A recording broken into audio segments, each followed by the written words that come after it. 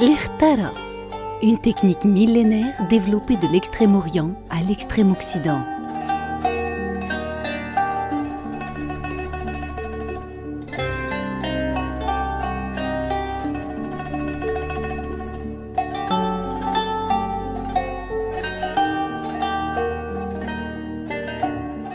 Elle a favorisé l'implantation humaine dans des espaces géographiques et climatiques arides.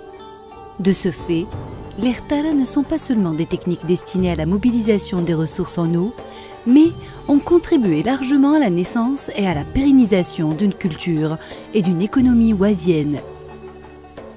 Ce système écologique avant l'heure permet de rationaliser l'accès à l'eau et à son utilisation en préservant les équilibres et sans atteinte au milieu naturel. Encore aujourd'hui, des espaces oisiens du sud marocain bénéficient de ces techniques du savoir-faire ancestral d'adaptation au changement climatique. De plus, elles permettent la fixation de populations, la lutte contre la désertification et la valorisation de productions de terroirs.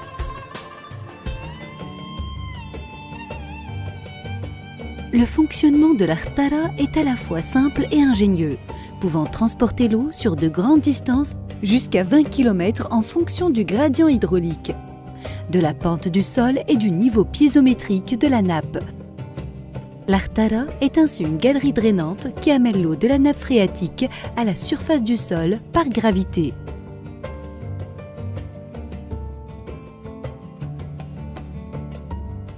La sortie de l'Ihtara se situe toujours au niveau du village. La conduite souterraine est accompagnée par des puits d'aération qui servent aussi de points d'épuration. Plus que jamais, l'Ihtara représente un acquis du passé pour une solution d'avenir à l'heure des changements climatiques, de la raréfaction de nos ressources en eau et de la nécessité d'une gestion environnementale optimisée. Système équitable de répartition de la ressource, son débit dépend uniquement de la nappe phréatique.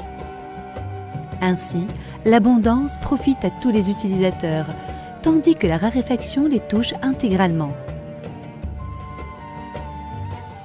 Le maintien en fonctionnement d'Ihtara du Maroc, mais surtout leur réhabilitation, est un impératif pour pérenniser l'activité humaine, économique, sociale et culturelle dans de nombreux territoires du royaume. C'est notamment le cas dans les plaines du Haouz, les vallées de Tafilalt ou encore la région de Tata. Le Maroc s'engage à réhabiliter les systèmes de Ihtara, mais les besoins sont nombreux et urgents et nécessitent une mobilisation internationale pour préserver et opérationnaliser les quelques 600 Ihtara présentes dans le royaume. Le Maroc a la chance de disposer de ce patrimoine hydraulique. Il a la volonté de le faire vivre, car l'Ihtara est un moyen de développement durable, un élément d'une organisation basée sur l'approche participative et d'économie solidaire. Plus qu'un patrimoine, les Ihtara, associés à des techniques d'irrigation innovantes et à une bonne gestion de l'utilisation de l'eau, représentent un atout pour le développement économique des populations et une attractivité supplémentaire pour un tourisme de découverte.